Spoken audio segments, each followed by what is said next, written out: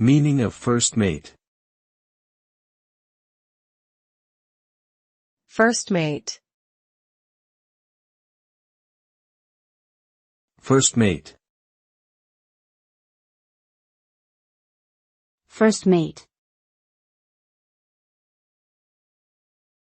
First mate.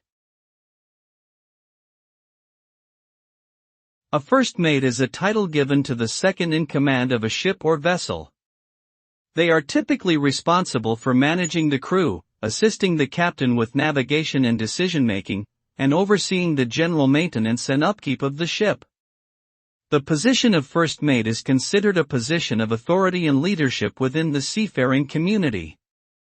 Due to their important role, first mates often receive extensive training in navigation, maritime law, and other key areas.